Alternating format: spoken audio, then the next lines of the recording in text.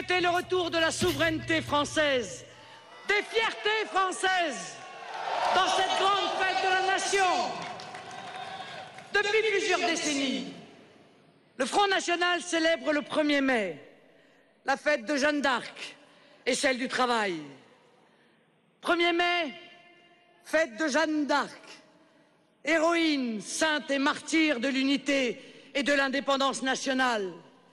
Fête de la nation, de la patrie et donc de tous les Français vivants et disparus que Jean-Marie Le Pen vient d'évoquer. 1er mai, fête du travail, de tous les travailleurs, mais aussi des retraités, des chômeurs, des exclus et de tous ces jeunes qui espèrent pouvoir travailler et dont beaucoup sont contraints de s'expatrier. Fête du travail, moyen de subsistance, mais aussi de dignité, de liberté, de solidarité, puisque concourant à la richesse nationale et à la justice sociale. Fête du travail à l'heure où l'ombre du mondialisme s'étend sur notre pays et notre continent, meurtrier pour l'activité économique et la sauvegarde des emplois. Fête aussi des anciens du travail, de ces 12 millions de retraités qui vivent dans l'angoisse de l'hiver démographique et des menaces qui pèsent sur leurs moyens de subsistance. Faites aussi des exclus, des paysans chassés par milliers de leurs terres, des ouvriers de leurs usines ou de leurs ateliers, des commerçants ou artisans ruinés, mais aussi des malades et des handicapés. Faites des 6 millions de chômeurs et de titulaires d'emplois précaires. À tout cela, nous pensons aujourd'hui.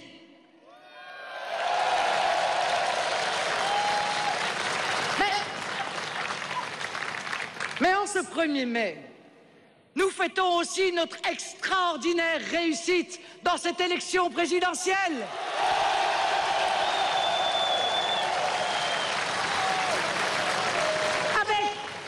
Avec toutes nos forces et contre celles de tout le système réuni, nous avons mené une très belle campagne. Nous avons mené une campagne intelligente et populaire. Partout où nous sommes allés et partout nous avons parlé des sujets essentiels. Nous avons parlé de tout et nous avons touché l'âme et l'intelligence des Français en expliquant et en faisant le lien entre les choses. La cohérence de notre discours s'est imposée, malgré les censures, malgré les commentaires malhonnêtes, malgré la grande entreprise de décrédibilisation. Quand nous avons parlé chômage, pouvoir d'achat, nous avons été entendus, tout autant que quand nous parlions de sujets plus régaliens. Chez nous, pas de stratégie détournée, pas de calcul et de combine, pas d'arrière-pensée, pas de manipulation, rien que la politique, la vraie.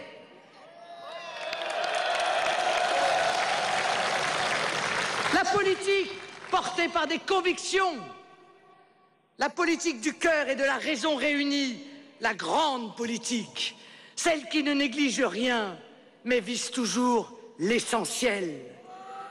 La politique qui puise sa force dans l'inépuisable amour que nous portons à la France.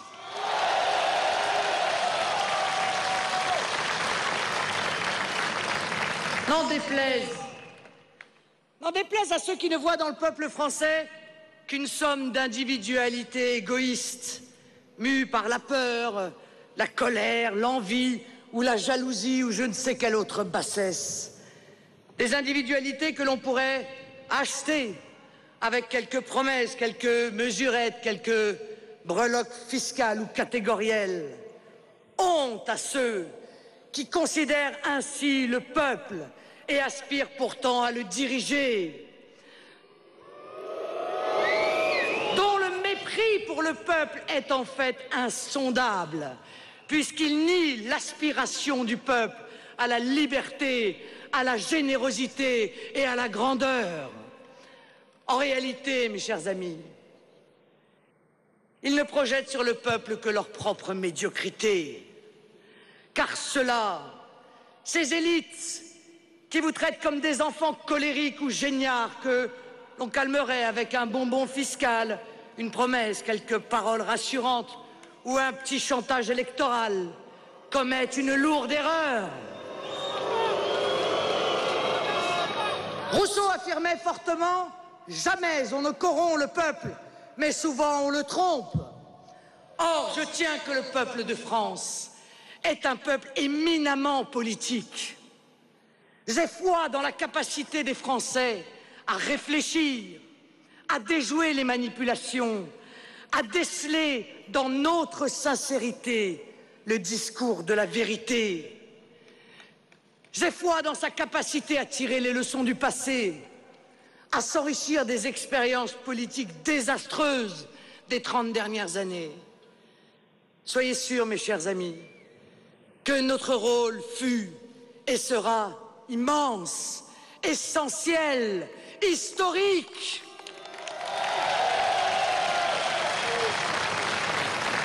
Car notre mission passe d'abord par le décryptage du mensonge, la dénonciation des trahisons, le diagnostic des maux qui nous frappent, bien sûr, mais aussi les révélations des compromissions, des collusions qui bloquent notre pays et trompent le pays encore et toujours.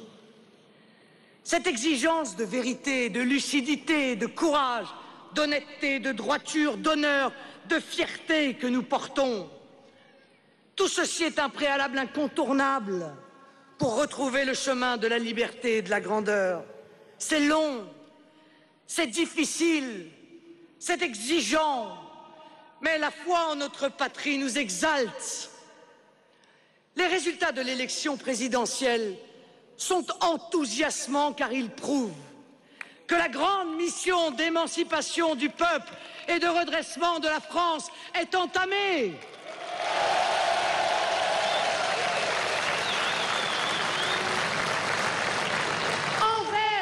Contre tous ceux, partis politiques, syndicats, féodalités diverses et variées, groupements d'intérêts économiques ou électoraux qui ont mis le pays en coupe réglée, qui ont rabaissé nos valeurs, dissous nos espérances, qui ont épuisé le peuple, ont fragilisé l'existence de millions de Français, ont introduit le poison du doute en notre capacité de rebond, de sursaut, ont appauvri ceux qui travaillent et glorifié ceux qui trichent.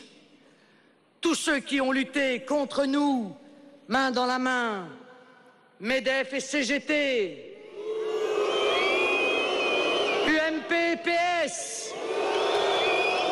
communistes révolutionnaires et grands patrons du CAC 40, tous ceux-là qui ont fait de notre grand pays un hall de gare, de nos existences une prison, de notre société un magma d'intérêts opaques, tous ceux qui ont fait de notre avenir un gigantesque point d'interrogation font mine de se combattre, mais n'ont toujours qu'un ennemi commun, nous.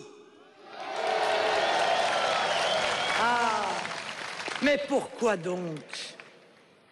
Parce que nous détenons l'arme absolue, capable de pulvériser la porte de notre prison, la vérité et le bon sens.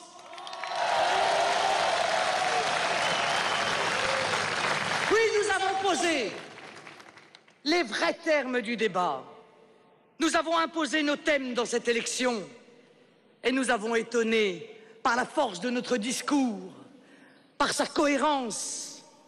Nous sommes devenus le centre de gravité de la vie politique française. Et d'ailleurs, les débats aujourd'hui se structurent autour de nos propositions. Les questions que le peuple veut aujourd'hui trancher sont celles que nous posons.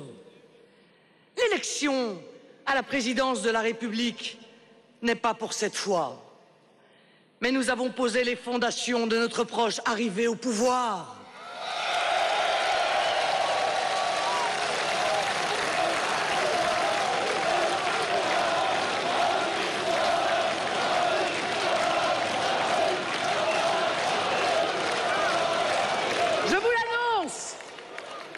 Je vous l'annonce, mes chers compatriotes, ce mouvement qui s'est enclenché ne pourra plus être arrêté. Notre victoire est inéluctable. Et les années qui nous séparent du grand chantier de redressement de la France se comptent sur les doigts d'une main.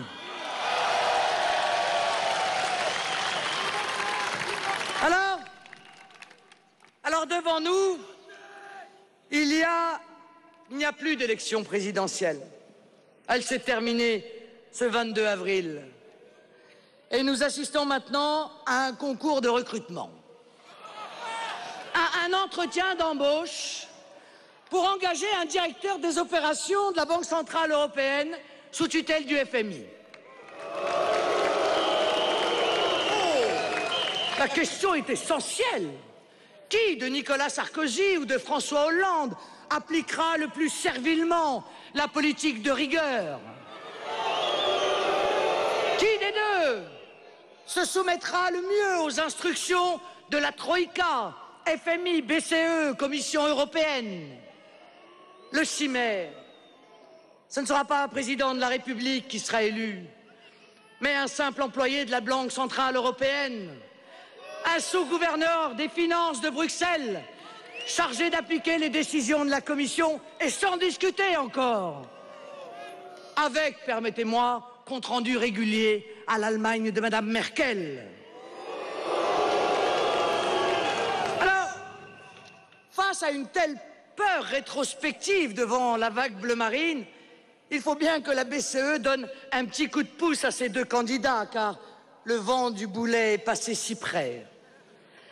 Voilà donc que M. Draghi évoque un pacte de croissance pour masquer le plan de rigueur. Et tout le système de s'extasier. Sarkozy et Hollande en tête, suivis des médias en folie.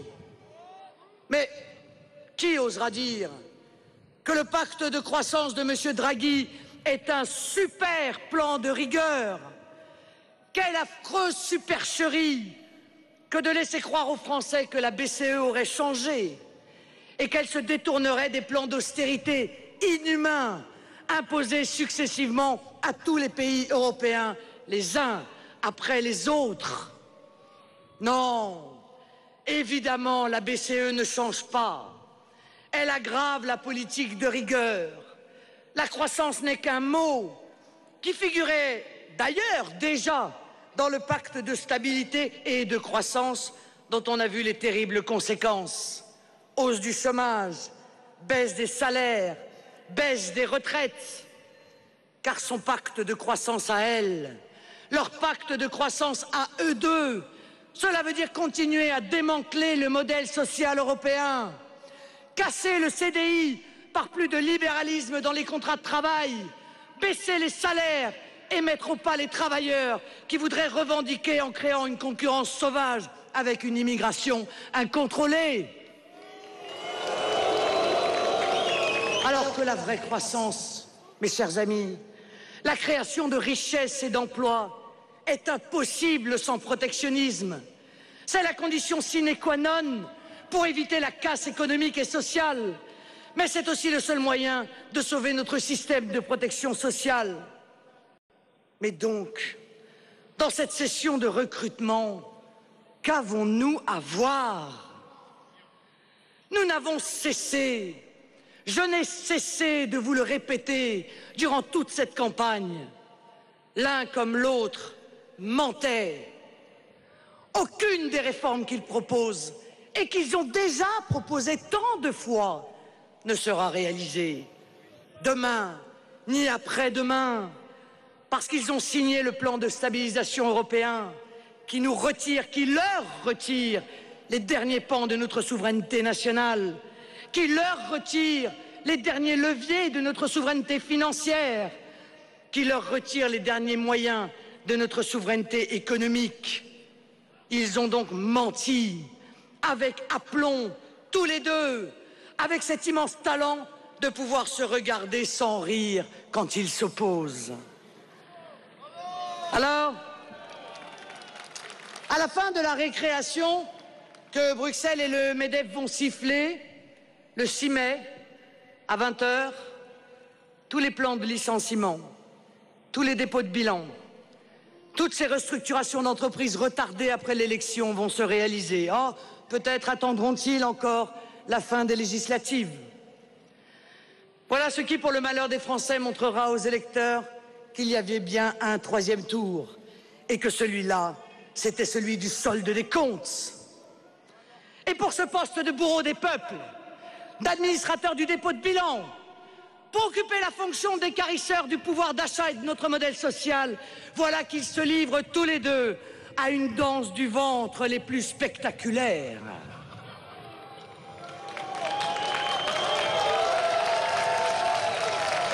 Mais nous nous sommes battus comme des lions durant cette campagne pour ouvrir les yeux de nos compatriotes.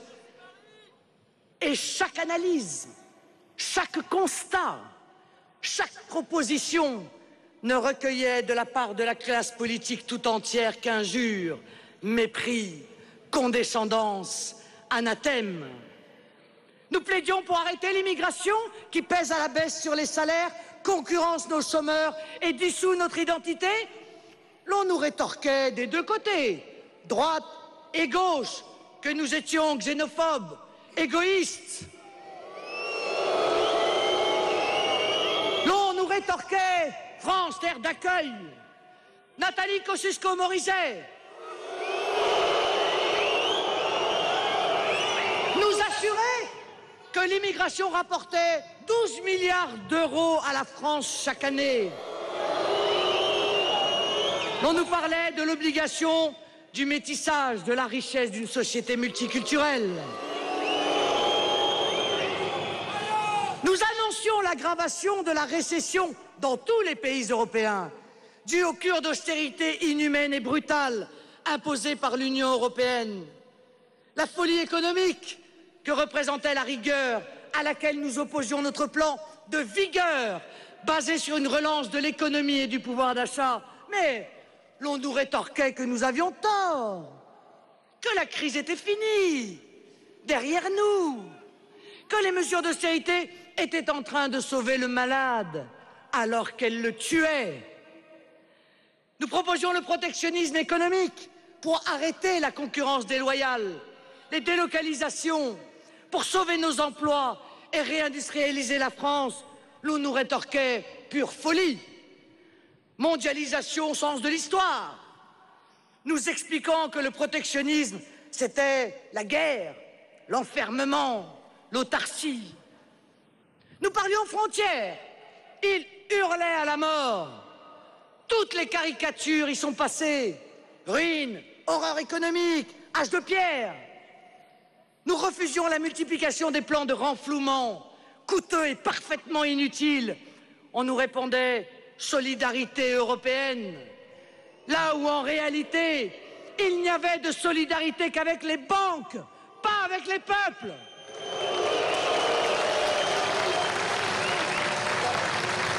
Mais souvenez-vous, nous exigions de retrouver notre souveraineté. Ils nous expliquaient que nous étions un tout petit pays, incapable de s'en sortir tout seul. Nous voulions sortir de Schengen. Ils nous vantaient la libre circulation. Nous réclamions la présomption de légitime défense pour les policiers. Ils nous répondaient permis de tuer, bavure. Nous parlions montée du fondamentalisme islamique, laïcité, zone de non-droit, glissement de civilisation. On nous rétorquait islamophobie. Nous parlions ruralité, désertification, abandon des campagnes, retour des services publics. L'on nous rétorquait nécessité, efficacité, concentration, compétitivité. Nous parlions hommes, femmes, enfants, angoisse, souffrance. Et ils nous répondaient courbe, marché financier, bourse, CAC 40. Et en quelques jours seulement, tout aurait changé. Ceux qui, durant des mois, des années, nous ont traités dans la boue, méprisés, traités avec une condescendance et une morgue inouïes. Ceux qui, sans aucune raison valable, nous ont imposé la pensée unique que le président candidat fait aujourd'hui mine de découvrir après en avoir abusé lui-même. Ceux qui nous ont traités plus bas que terre, mis au banc du processus démocratique, auraient en quelques jours totalement changé. D'un coup, d'un seul.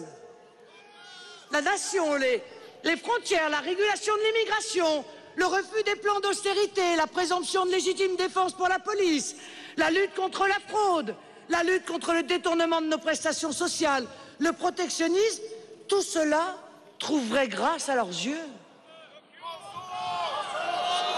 Brutalement, par la grâce d'une campagne électorale, par la magie électorale.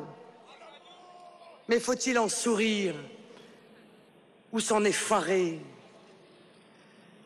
Quel effet cela vous fait-il, mes chers amis, de passer du rôle d'idiot qui vote pour Marine Le Pen à celui d'arbitre de l'élection présidentielle?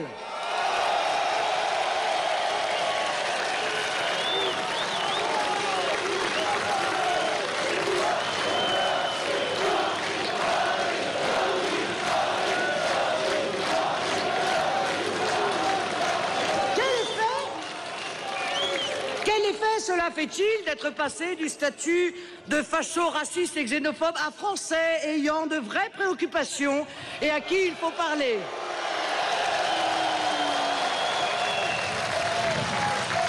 Mes amis, vous voyez le changement, le poids, l'influence, la puissance du vote, enfumé depuis des années dans un système électoral cadenassé par le système UMPS. Nous en étions presque arrivés à oublier l'extraordinaire puissance de la démocratie lorsque le peuple s'en saisit.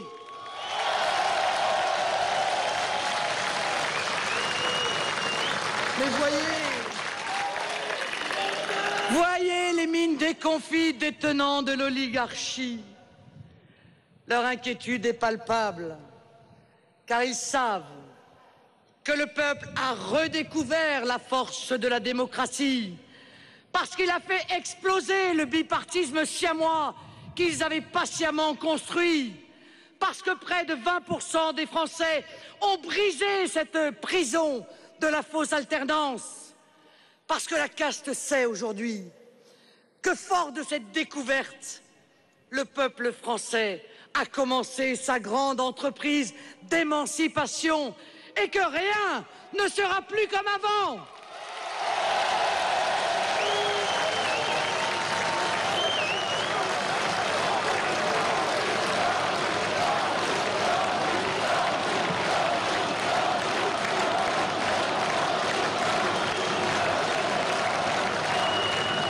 Ils savent, mes amis, que les Français qui, par découragement, se réfugier encore dans l'abstention, par dégoût aussi de cette classe politique, retrouveront demain le chemin des urnes, conscients enfin que voter, ça sert, c'est utile, c'est essentiel, c'est vital.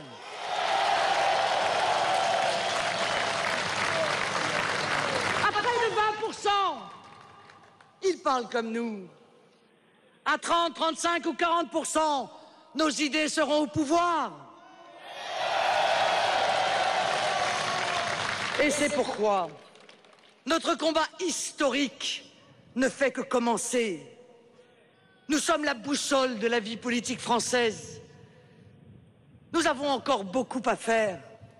D'abord pour faire taire le mensonge, la manipulation. Vous le savez, ils sont devenus l'alpha et l'oméga de l'action politique de nos adversaires. Ce système politique à bout de souffle use de toutes les armes pour tromper les Français. Son seul but est sa propre perpétuation. Son seul objectif est sa propre survie. Et pour cela, il faut bien le dire, il ne recule devant aucune perfidie. Le système UMPS face au mouvement national que nous incarnons, face à la seule opposition crédible et volontaire, face à notre détermination, utilise toutes les ficelles pour mieux tromper les Français. Il est presque risible de voir un candidat socialiste découvrir au lendemain du premier tour la souffrance des travailleurs français et agiter le hochet d'un projet prétendument social.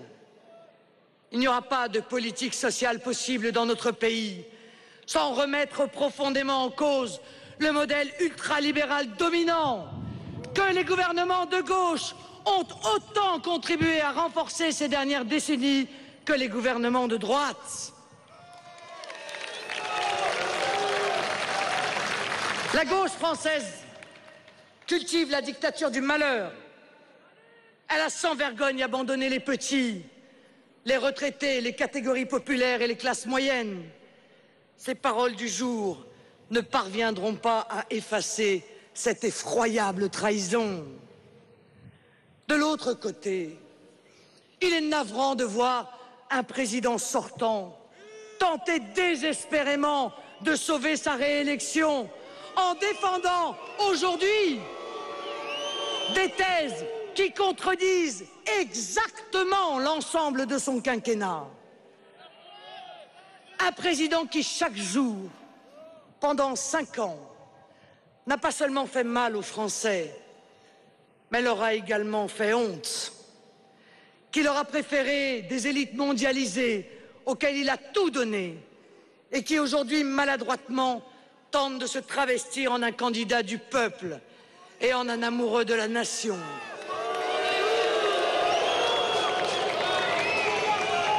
Un président qui, pendant 5 ans, a fait exploser l'immigration, a favorisé le communautarisme, a dégradé le pouvoir d'achat des Français, a détruit leurs emplois, a toujours défendu les puissances d'argent et les banques, qui, pendant 5 ans, s'est accommodé d'un exercice sans partage du pouvoir par des technocrates illégitimes et qui, en fin de mandat, signe des traités nous privant du peu de souveraineté qu'il restait à la France.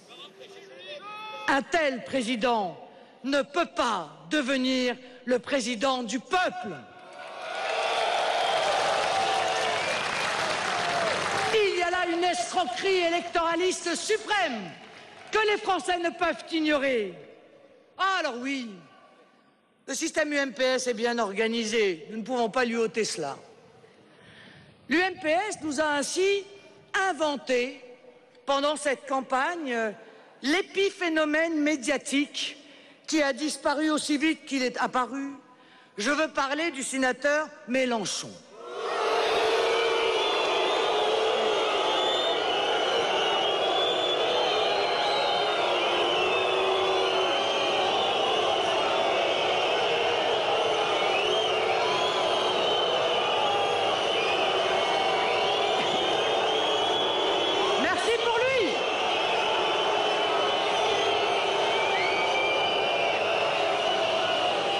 Le sénateur Mélenchon rallié.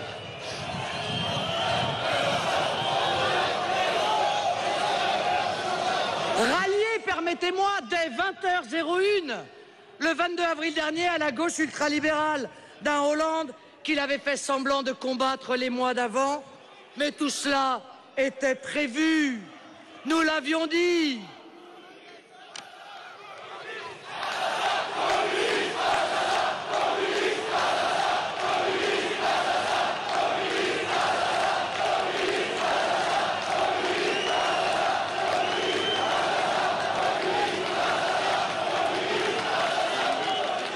Vous voyez, je l'ai toujours minimisé pendant cette campagne, ne voulant pas me rabaisser à répondre aux injures de cette créature sortie tout droit des buissons du sarkozysme. Et j'ai bien fait. En réalité, son seul résultat aura été de renforcer les scores de celui qu'il feint de combattre désormais, à savoir le candidat de l'UMP. Mais le système UMPS n'a aucune chance de réussir. Malgré toutes ces trouvailles, malgré le génie qu'il met à tenter de nous barrer la route, il n'empêchera pas notre mouvement de porter le discours de vérité que nous devons aux Français. Toutes les postures qu'ils inventent, toutes les parades qu'ils déploient, tous les artifices dont ils usent et abusent ne pourront plus longtemps empêcher la vérité d'émerger et donc notre accession au pouvoir. Car nous sommes le parti de la vérité et nous voulons faire triompher cette vérité pour le peuple français tout entier, avec le peuple français tout entier.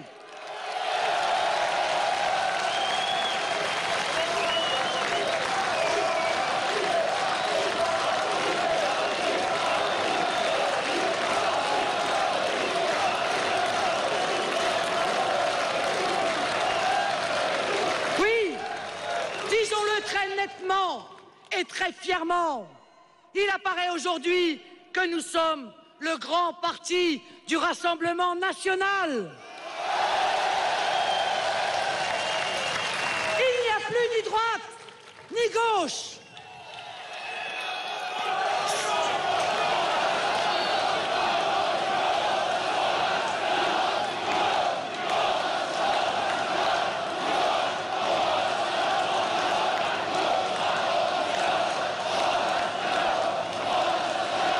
Mes amis, ces deux faces du même système, vous le voyez bien, sont en train de se disqualifier.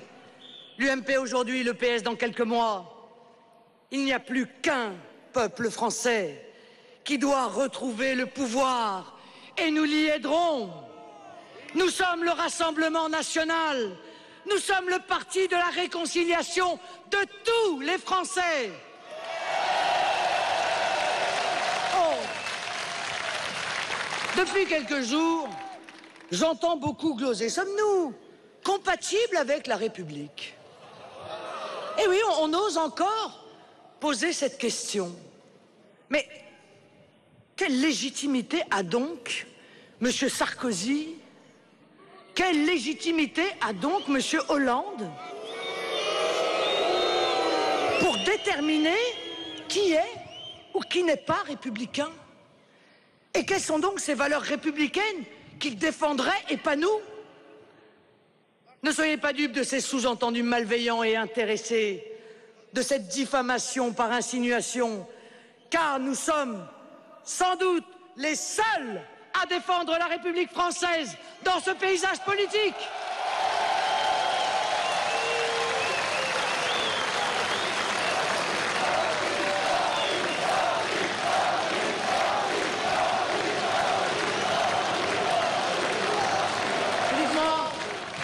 Est-ce républicain de voter dans le dos des Français en catimini au Parlement une constitution européenne pourtant très largement rejetée par le peuple? Est-ce républicain de s'aborder la souveraineté du peuple français et de se coucher devant les diktats des banques, des marchés et de leurs puissants relais européens? Est-ce républicain de laisser des pans entiers du territoire en toute incurie, sombrer dans les mains des voyous, de bandes ou de fondamentalistes islamiques?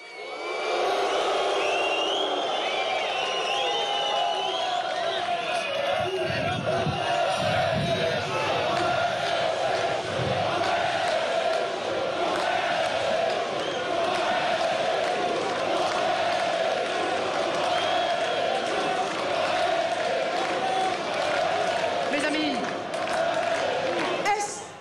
républicain de faire semblant de s'opposer au droit de vote des étrangers aux élections municipales, mais de fabriquer 100 000 nouveaux Français par an qui voteront non seulement aux municipales, mais aussi aux cantonales, aux législatives, aux présidentielles.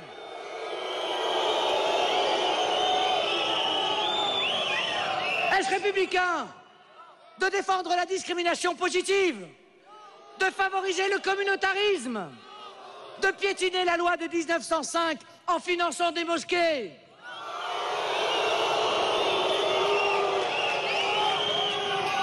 Être républicain, ce n'est pas une qualité qu'on s'adjuge entre soi. Être républicain, c'est être en conformité avec les principes de la République française, démocratique, laïque et sociale. Eh bien, l'UMPS a tout fait voler en éclats. Elle s'octroie le titre, nous le dénie. Ce sont eux, pourtant, qui sont en dessous de toutes les exigences républicaines. Ce sont eux qui devraient s'interroger sur leur rapport à nos valeurs essentielles. Nous les respectons mieux que tout autre.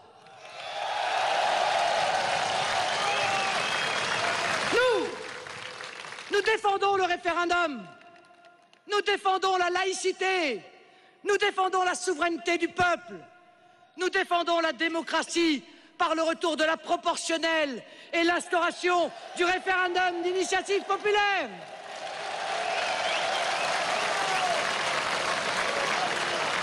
Notre projet est en accord parfait avec les grandes valeurs de la République française. Nous n'avons de leçons à recevoir de personne.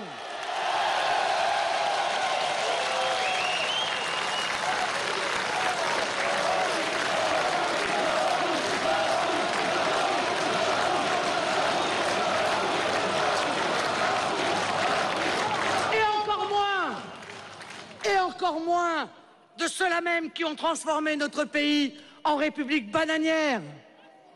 Nous n'avons pas de leçons de démocratie à recevoir de ceux qui ont magouillé les modes de scrutin, qui depuis 25 ans ont privé des millions de Français d'une représentation à l'Assemblée nationale, qui ont imposé la supériorité du pouvoir des technocrates européens et des banques sur la législation votée par le peuple souverain. Nous n'avons pas de leçons d'égalité à recevoir de ceux qui accordent des droits supérieurs à certains à raison de la couleur de leur peau, de leur origine ou de leur religion,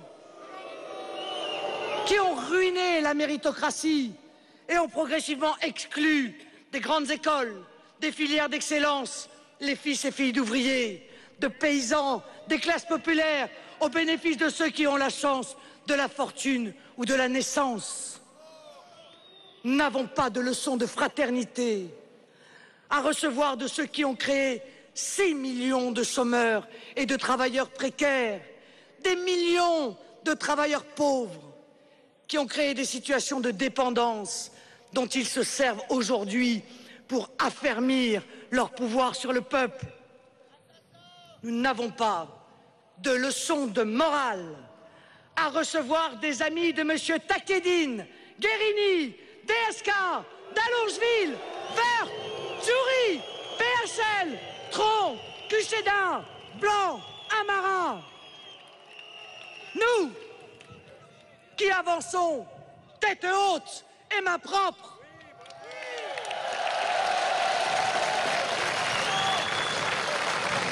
nous n'avons de leçons à recevoir d'aucun d'entre eux. Nous sommes droits, honnêtes et patriotes. Nous n'avons rien en commun avec des gens opportunistes qui font de la politique au gré du vent et qui trahissent à tout bout de champ. Ils sont européistes et mondialistes. Nous sommes nationaux et patriotes. Ils sont contre la souveraineté nationale. Nous sommes pour. Ils sont pour l'Europe fédérale et celle des marchands, pas nous. Ils sont pour l'euro. Nous ne le sommes pas. Ils votent 97% des directives européennes ensemble, pas nous. Ils sont immigrationnistes, pas nous. Ils sont contre le contrôle des frontières, nous sommes pour. Ils sont contre la suppression du droit du sol, nous sommes pour. Ils sont contre la priorité nationale pour l'emploi et le logement, nous sommes pour. Ils sont contre la création des postes de policiers et de gendarmes, nous sommes pour. Ils sont contre la proportionnelle intégrale, nous sommes pour. Alors que penser? Que penser de ces assauts de tendresse, de compréhension à notre égard, ces tonnes de promesses depuis le soir du premier tour? Existe-t-il une vraie prise en compte des préoccupations des 6,5 millions de Français qui ont voté pour notre projet? Y a-t-il enfin un respect quelconque pour ces millions de Français qui veulent une autre politique? Peut-on trouver, ne serait-ce qu'une dose de sincérité dans ces changements radicaux de posture auxquels on assiste depuis dimanche? Ces deux candidatures représentent-elles vraiment un choix entre deux projets différents, ou l'illusion d'un choix présenté par un système qui fait mine de se combattre pour mieux se sauver? C'est pour nous permettre de répondre à ces interrogations, évidemment essentielles, que j'ai posé une question à Nicolas Sarkozy. Si le PS est à ce point l'abomination de la désespérance, si sa politique est, je l'admets bien volontiers, mortifère pour notre pays, alors, dans les cas de duel PS, Rassemblement Bleu Marine aux législatives, que ferez-vous? Préférez-vous faire élire un député Rassemblement Bleu Marine ou un député PS? Car, enfin, écoutez, essayons de faire preuve de bon sens. Si vraiment Nicolas Sarkozy craint le droit de vote des étrangers, alors il vaut mieux un député du Rassemblement Bleu Marine qui vote contre qu'un député PS qui vote pour. Si vraiment Nicolas Sarkozy est convaincu qu'il ne faut pas régulariser massivement les clandestins, alors il vaut mieux un député du Rassemblement Bleu Marine qui votera contre qu'un député PS qui votera pour. Si vraiment Nicolas Sarkozy est contre l'euthanasie, le mariage homosexuel, l'homoparentalité, alors donc il vaut mieux un député du Rassemblement Bleu Marine qui votera contre qu'un député PS qui votera pour. Si vraiment Nicolas Sarkozy est contre le laxisme à l'égard des délinquants, alors il vaut mieux un député du Rassemblement Bleu Marine qui le combattra plutôt qu'un député PS qui le favorisera. Si vraiment Nicolas Sarkozy veut défendre les valeurs du travail, de l'effort, de la famille, alors il vaut mieux un député Rassemblement Bleu Marine qui votera pour les défendre qu'un député PS qui les combattra.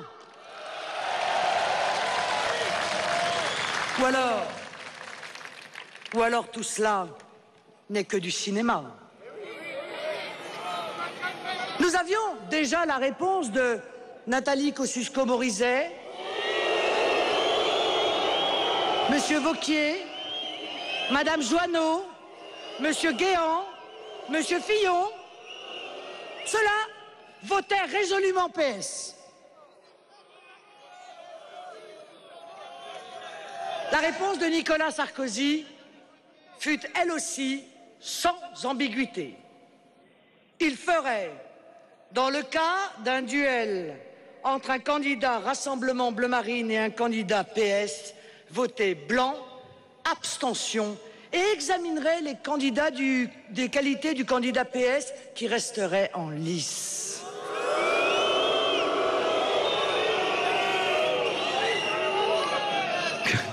Quant à François Hollande, je n'ai même pas eu le temps de lui poser la question, il s'est précipité pour indiquer qu'en cas de duel Rassemblement Bleu Marine UMP, il ferait bien sûr voter UMP. Ah ben oui, mais vous voyez que la clarification exigée ne s'est pas faite attendre. Le système UMPS est bien toujours à l'œuvre, prêt à se faire la courte échelle. Tout, sauf les candidats à Bleu Marine. Tout, sauf laisser une représentation à ceux dont on reprend les propositions, mais pour mieux les rejeter, les humilier, les nier, les exclure. Plutôt un communiste, un trotskiste qu'un candidat national.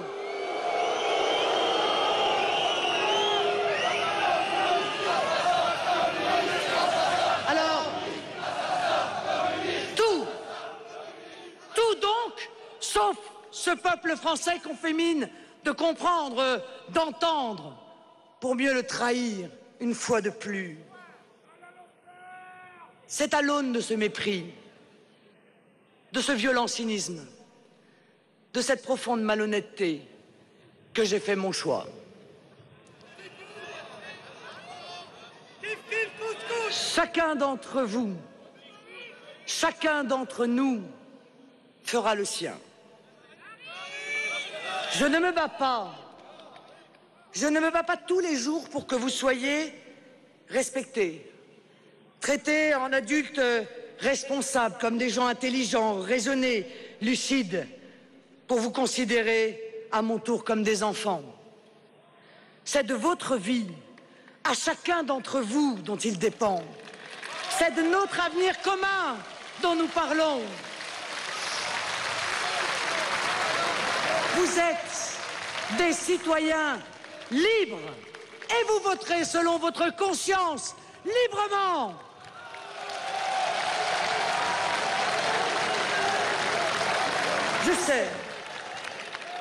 Je sais que certains espèrent encore dans un semblant de liberté, de patriotisme de droite, que certains croient encore dans un semblant d'égalité, de fraternité de gauche. Je crois, moi, qu'il n'existe plus que l'illusion d'une certaine droite et l'illusion d'une certaine gauche.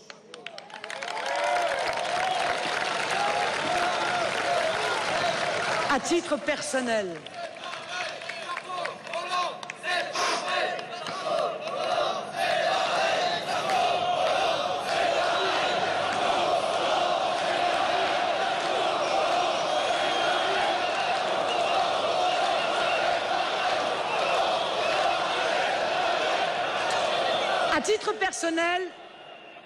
je me détournerai de ces mirages.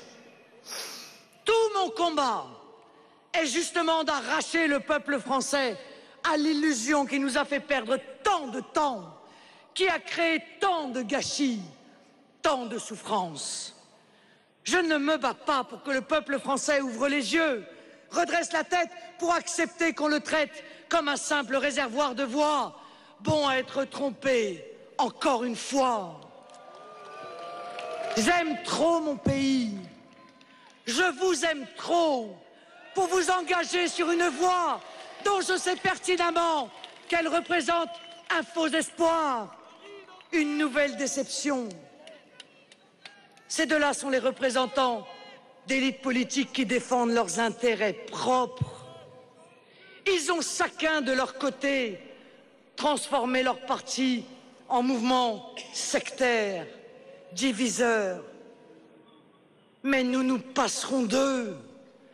La grande réconciliation, le grand rassemblement se fera par la base, par ces électeurs qui refusent la machine à perdre, par ces patriotes qui ne comprennent pas que l'on exclut d'autres patriotes, par ces élus de terrain au plus proche des préoccupations des Français, qui voient bien que nos solutions de bon sens sont les seules qui vaillent et n'en peuvent plus des excommunications idéologiques imposées par des chefs déconnectés des réalités. L'avenir est à la recomposition, à la refondation de la vie politique française. Mes amis, le grand changement viendra du peuple. Dans toutes ses composantes, toutes ses sensibilités, le peuple reconnaîtra son intérêt commun qui n'est pas celui de ceux qui le dirigent. C'est en cette fraternité de destin que je crois, pas dans les manœuvres d'appareil, pas dans les consignes de vote achetées ou extorquées à coups de mensonges, de promesses sans lendemain, de chantage artificiel. La vérité est que nous n'avons rien à attendre de l'UMPS. Voilà ma conviction personnelle. Alors, mes chers compatriotes, chacun d'entre vous fera son choix, en son âme et conscience, selon sa sensibilité, en espérant, pas trop je le sais, des promesses de campagnes qui fanent aussi vite qu'elles fleurissent. Ceci est votre liberté première.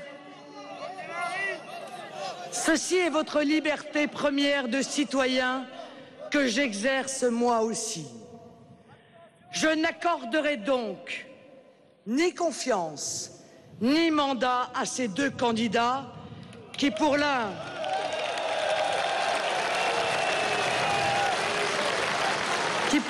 cherchent à faire gagner la droite, pour l'autre cherchent à faire gagner la gauche, mais s'ingénient tous les deux depuis 30 ans à faire perdre la France.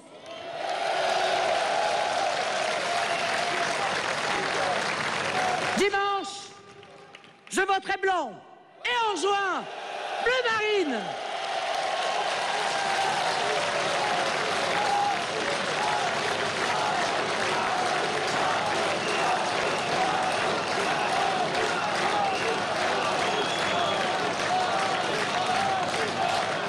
Et en juin, je voterai bleu marine pour rendre l'Assemblée nationale au peuple de France.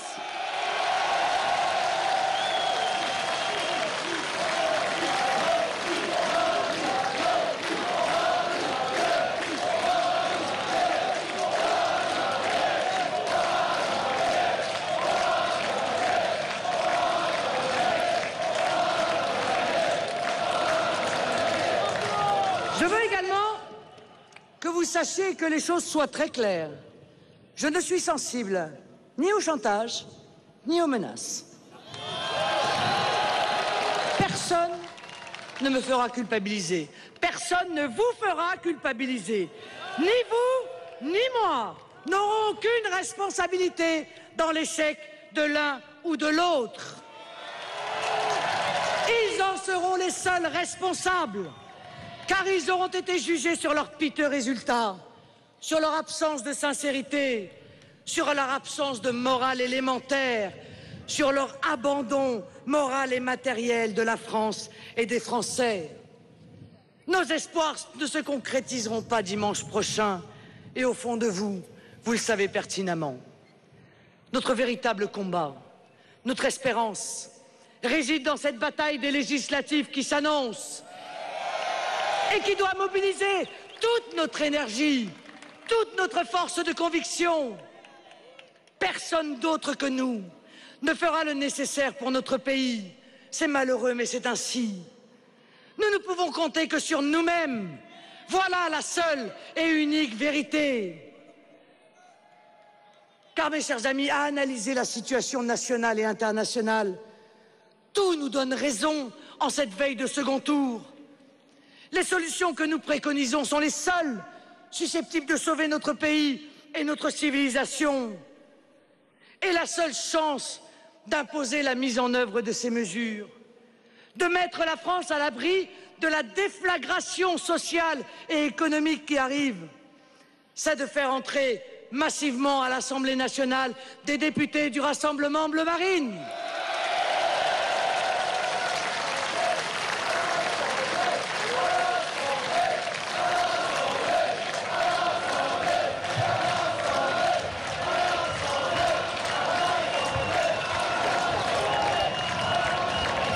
Présidence sous domination européenne, sous tutelle des marchés, le seul espace de liberté qui existera encore, c'est le Parlement. Regardez aux Pays-Bas. Le parti politique de M. Wilders a empêché l'application d'une énième cure d'austérité. Même chose en Roumanie.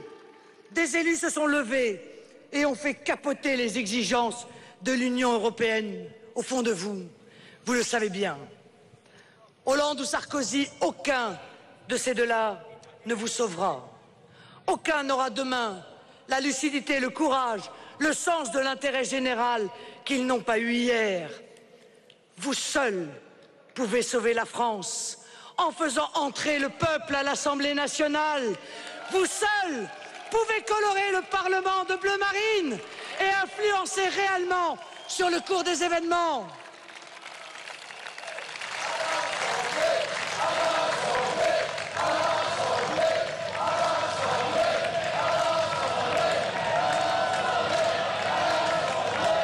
Reprendre son destin en main. peser enfin, agir, combattre, défendre au moyen de députés qui ne seront ni à vendre, ni à acheter, qui seront, comme vous, libres de toute pression, de toute compromission, ni soumis, ni complices.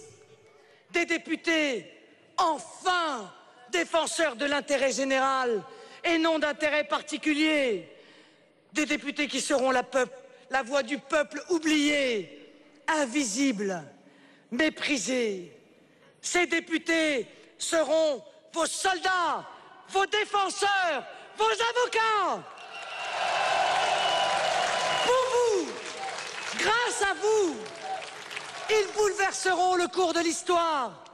Vous restitueront votre nation, votre prospérité, votre histoire, votre identité, votre espérance, votre avenir. Alors, mes chers compatriotes, en ce jour du 1er mai, où vous avez par votre chaleureuse présence ranimé la flamme de la fierté française, de la dignité française, du courage français, de l'intelligence et du bon sens français, nous avons entamé tous ensemble le chemin qui, nécessairement, inévitablement, inéluctablement, va demain nous conduire à la victoire.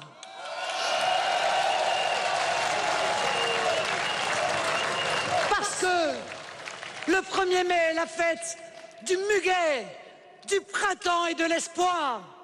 Parce qu'aujourd'hui, main dans la main, dans la fraternité et le rassemblement, dans la liberté pour l'égalité, tous, amoureux de la patrie, de la nation et de la République, nous avons allumé une espérance pour les Français qui, je vous en fais le serment, ne s'éteindra plus jamais, car nous sommes enfin de retour chez nous. Vive la nation, vive la République, vive la France!